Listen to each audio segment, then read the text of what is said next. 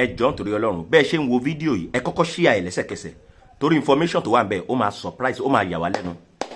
ẹ share ẹ̀ àní nípìn inú aburú tó ń ṣẹlẹ̀ lórílẹ̀‐èdè yìí o kìkìdẹ́ tí wàá láà máa fi gbọ́ kò ní ṣẹlẹ̀ sí wa tọmọtọmọ pẹ̀lú ògo lọ́wọ́ Ọlọ́run. ṣe rí woman tẹ̀ ń wò yìí obìnrin tá à ń wò yìí vice chairman local government ni o vice chairman council ni bẹ́ẹ̀ ń ṣe wo obìnrin yẹn. ó tún ti ṣẹlẹ̀ lẹ́kìtì state o ní one local government in Èkìtì Ìlẹ́jẹ̀ méje local government gẹ́gẹ́ bá a ṣe rí nínú statement Mr. Pius Dada who is the local government chairman ti vice chairman local government yẹn gangan obìnrin ni o Mrs. Grace Ogunleye tó lọ pálí pẹ̀lú àwọn kan nígbẹ́ kan lọ tọ́jú òun pamọ́ kan lọ hide òun pamọ́ síbì kan kan wá pe alága òun kan pe chairman council yẹn pé àwọn ajínigbé ti gbé òun o kí alága kówó wá o kan fi wá gba òun lẹ̀ o wọ́n dẹ̀ ṣe bẹ́ẹ̀. Mrs. Grace Ogunleye òní vice chairman local government Ìlẹ́jẹ̀ méje local government l'Ekiti state. Mr. Pius Dada òní chairman council àwọn yẹn wá lọ hide woman yẹn pamọ́ wọ́n wá pe chairman council Mr. Pius Dada pé alága wọ́n ti gbé àwọn ajínigbé wọ́n ti gbé vice chairman yín o ẹ kówó wá o kẹ́ wá gba igbákejì alága lẹ̀ o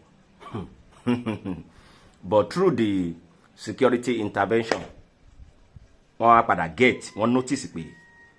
ejò lọ́wọ́ nú through the processing wọ́n ṣàpadà get pé Mrs. Grace Ogunleye tó jẹ́ vice chairman local government òun àtàwọn tí wọ́n lọ gbé pamọ́ tán pẹ̀lú àwọn alájínigbé yẹn wọ́n jọ pálí ni nígbẹ́ kan lọ hide òun pamọ́ kan wá pe council chairman kókó wá. So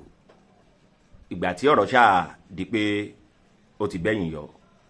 náà ni chairman council Mr. Pius Dada wá bẹ̀rẹ̀ sí para pé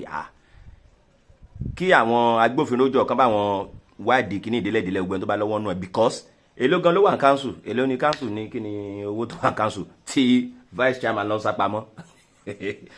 Nàìjíríà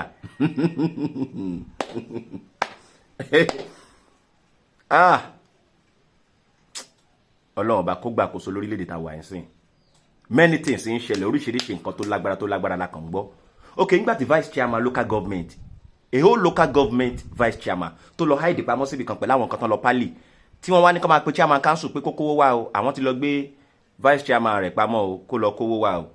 àtàwọn yẹn wá sáré sókè tán sáré sódò pé èló ló wà ní council kó tó wá di pé Ọlọ́run wá fídíò tán hàn alága council ń para gidi gan ni pé káwọn agbófinró ṣiṣẹ́ wọn bó ṣe yẹ tọ́ àti bó ṣe yẹ. Báwo ni vice chairman òun obìnrin yìí ṣe lọ sápamọ́ síbi kan pé wọ́n ti jí òun gbé káwọn lọ máa kówó wá irú level wo nìyẹn.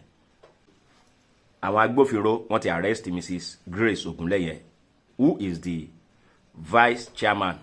of Ìlẹ́jẹ̀ méje local government tó lọ pálí pẹ̀lú àwọn kankan lọ hide òun pamọ́ káwọn alága council kò máa kówó bọ̀. Ẹ̀rí pé kọ́lọ́n kó yànjọ lórílẹ̀‐èdè tá a wà ń sìn ni ẹ̀rí pé kíní yẹn ti ń go out of hand tó bá yá many people akọ́ máa ṣe oríṣi akọ́ máa gbọ́ news tó máa funny tó máa surprise èèyàn ìyàlẹ́nu àwọn nǹkan ìyàlẹ́nu ló kàn ṣẹlẹ̀ lórílẹ̀‐èdè tá a wà àbí kọ́lọ́n ọba kó gbàkóso orílẹ̀‐èdè báyìí o